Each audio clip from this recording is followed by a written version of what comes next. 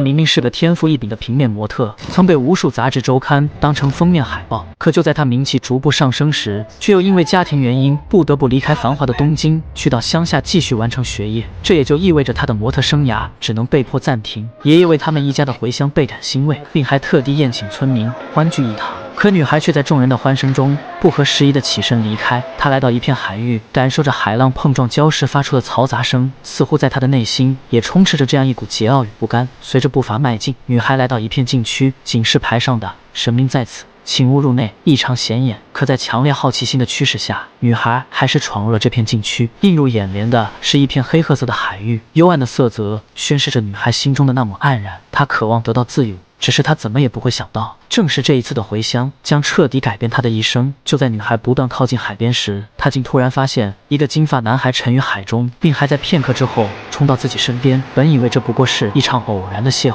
却不曾想他们的缘分远不止于此。隔天，夏芽便来到了新的学校，并且没等老师介绍她的名字，台下的同学们便一眼认出了这个只出现在电视上的女孩。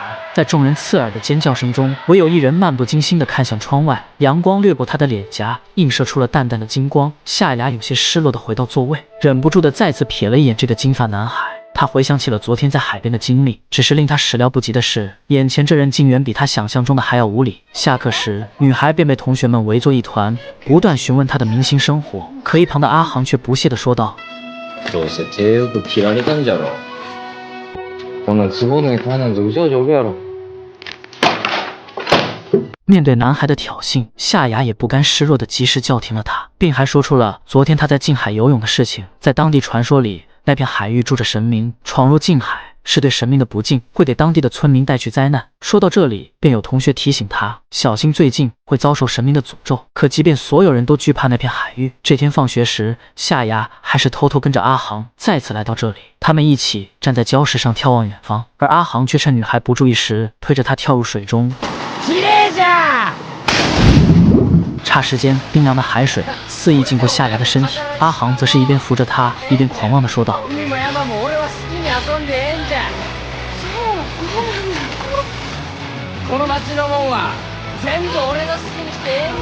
刻在阿航骨子里的傲慢与疯狂，恍如唤醒了夏芽对生活的那份热爱。她开始适应了乡下的生活，喜欢上了和阿航待在一起的时候，也会因为在上课时迟迟不见身后的那道人影而怅然若失。同学告诉她，阿航其实还有着另一个身份，身为神明之子的他一直享有自由的权利，他的家族世世代代守护着这片土地，而阿航则是神主的唯一继承人。听到这个消息后的夏芽心头闪过一丝错愕，他迫切地想要引起男孩的注意，却又无奈于现在的自己不过是个过气的模特罢了。只不过凑巧的是，隔天便有一个知名导演找到夏芽的家里，想为她拍一组写真照片。夏芽知道对方的拍摄风格颇为露骨，可现在想要散发魅力，吸引男孩的注意，她也只能咬牙答应下来。不料就在隔天拍摄的途中，远处突然飞来一个石头，砸在了摄影师的身上。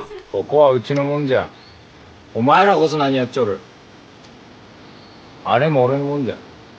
说完后，阿航便离开了这里。出于爱神的指引，夏芽也情不自禁地跟了上去。他们一起追逐在这片绿荫，只是没过多久，夏芽便因体力不支晕倒在地。跟来的摄影师正好看到了躺在地上的女孩，他认为这样纯欲的感觉不可多得，便连忙凑上前去将这一幕拍下。可先前答应写真的他，却在此时捂住了脸颊。他不确定自己这样的做法是否正确。直至这天放学时，夏芽从身后叫住了阿航，他告诉对方写真集已经拍好了，随后便头也不回地跑出教室。阿航及时跟了上去，他们肆意追逐在溪流间。夏芽终于达到目的，勾起了对方的兴趣。阿航很好奇写真集上的内容，便强迫女孩将其递给自己。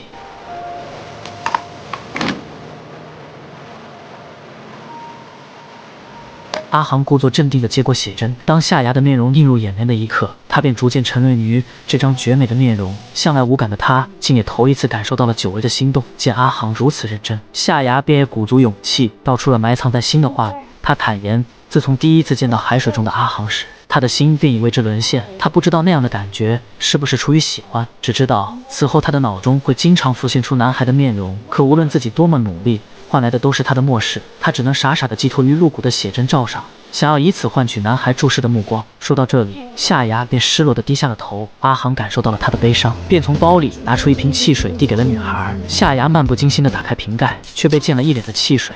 随后他喝过一口递给阿航，不料阿航的注意却并不在汽水身上。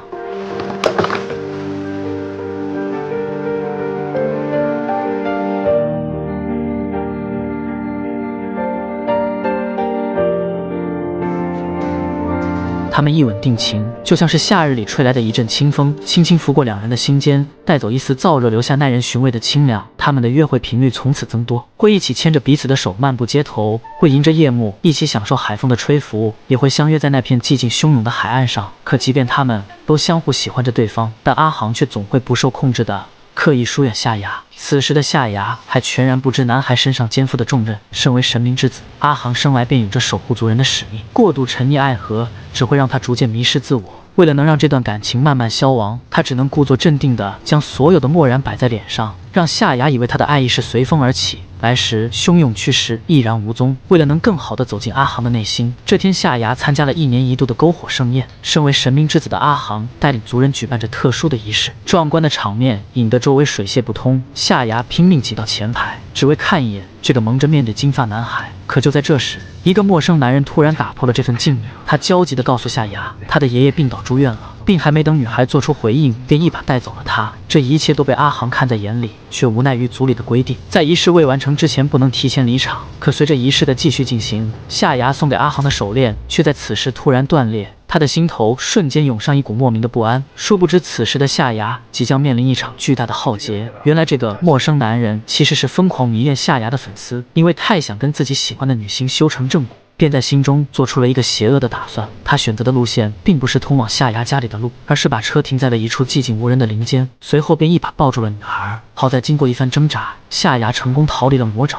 并还被赶来的阿航找到。然而就在男孩准备将她拉上时，身后那名陌生男子却突然将她砸晕。最终夏芽还是没能幸免于难。在这个充斥着神明之光的寂静之夜，女孩却在少年的身前经受了青春不可磨灭的伤痛。阿航心中更多的是出于自责，他恨自己的无能，心爱之人近在咫尺遭受侵犯，可他却怎么也操纵不了沉重的身躯，奋起反击。当其他人赶到现场时，方才那人早已不见踪影，剩下的只有阿航无助的哀嚎以及夏芽眼中残留的泪光。也正因这次事件，夏芽被扣上了不干净的标签。向来自信的她，此刻却会在面对别人的赞美时连连摇头；向来阳光的她，却也会在此时露出昏暗的一面。而更惨的是，网络上流言四起，就连热榜也都是有关夏芽被侵犯的字眼。霎时间，女孩被当成了同学们的调侃对象。曾经那个人群簇拥的当红模特，竟在一夜间沦落成了无数人的饭后谈资。变态侵犯了她的身体，舆论不断侵蚀着她仅存的尊严。就连阿航也不愿面对她，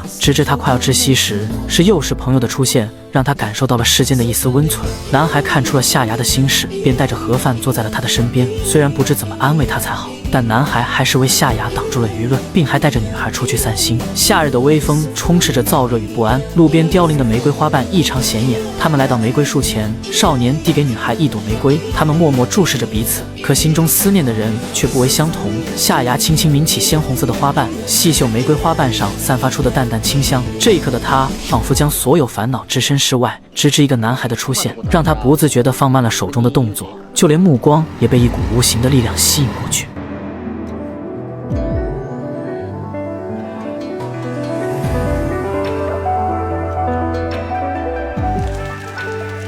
或许真正喜欢的人，即便是匆匆一眼，便好似过了万年。而那个金发男孩在夏芽心中，则是任何人都无法比拟的。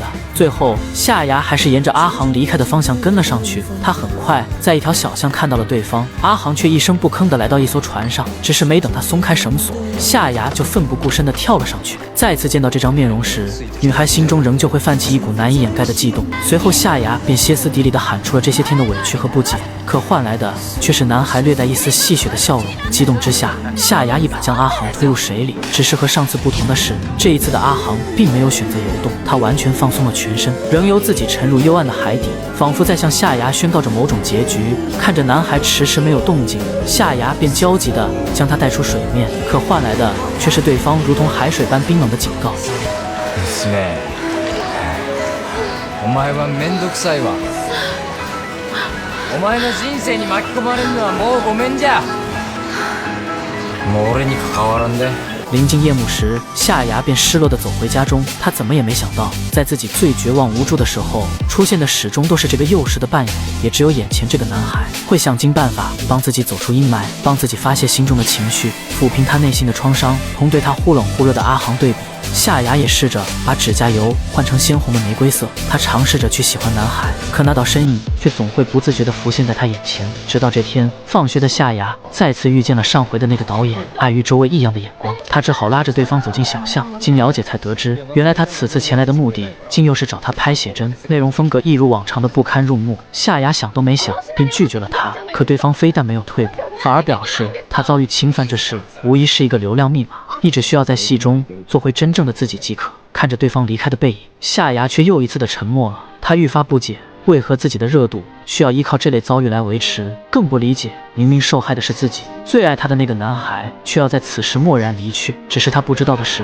在没有他的这段时间里，阿航的行为也变得愈发躁动。曾经那个平静如海的神明之子，现如今却变成了四处打架的街头混混。他发疯般的到处惹事，只为像宣泄篝火节那样的无能为力。他盯着手上的小刀，露出冷酷的表情，却也会在之后垂头丧气的走到丛林深处。就在他遍体鳞伤摇摇欲坠时，却看到了刚好从神社出来的夏芽。男孩下意识的强装冷漠与刻薄，不料下一秒便失去控制，一头栽进女孩怀里。待他再次苏醒时，便再也克制不住的说出了心中的那份爱意。他对夏芽的爱从来不亚于河海山川，他只想让女孩成为东京最耀眼的繁星，而自己则是在阴暗一隅默默守护这份光明。阿航不想辜负族人寄托于他肩上的守护重任，更不想看夏芽跟着自己碌碌无为在这片小村庄里，却不知在女孩眼中，东京最耀眼的繁星也比不过躺在眼前的这个男孩。只是不论他如何劝诫，阿航都始终沉默着背过身去。临走前，他将那把小刀送给了女孩，想让她再次遇到危险时能及时保护好自己。随后便轻声请求女孩离开。只是在他走后，阿航却不受控制地哭出了声。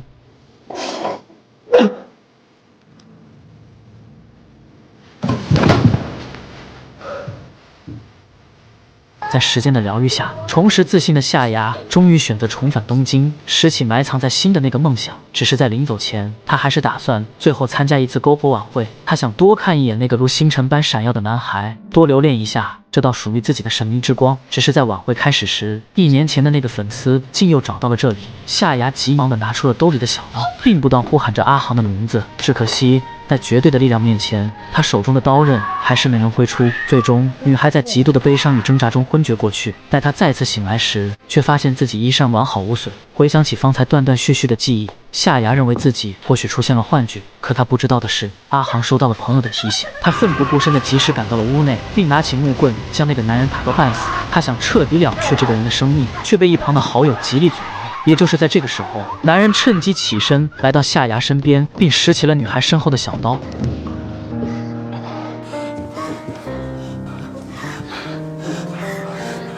僕がここで死んだら、明日の新聞につみさんと一緒に並ぶんだ。一生消えない影になるんで、そうなれば夏美ちゃんの芸能界人生は。为了不给夏芽带来阴影，不影响她之后的事业进展，阿航清理完了现场的所有痕迹后，才默默离开。而这也就意味着，他将永远不能和心爱之人再次相见，否则所有的麻烦都会在相见的一刹蜂拥而至。许多年后，夏芽终于上映了自己人生中的第一部电影，她也如愿成为了东京最耀眼的繁星。在颁奖台上的荧幕上，正播放着电影中男女主第一次约会的场景。夏芽痴痴地望着大屏，仿佛在男主身上看到了那个男孩的身影。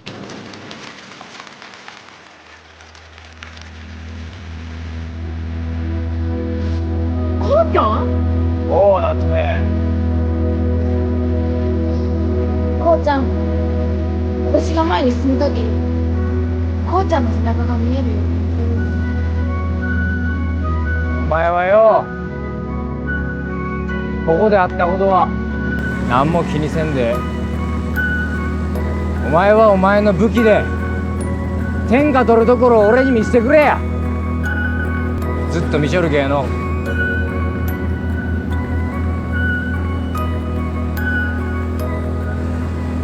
この海も山もこうちゃんのものだ私もこうちゃんのものなんだ两人就这样迎着夏日的海风驰骋在海岸线上，只是不知为何，原本温馨幸福的画面，他们各自却都不自觉地泛出了泪光。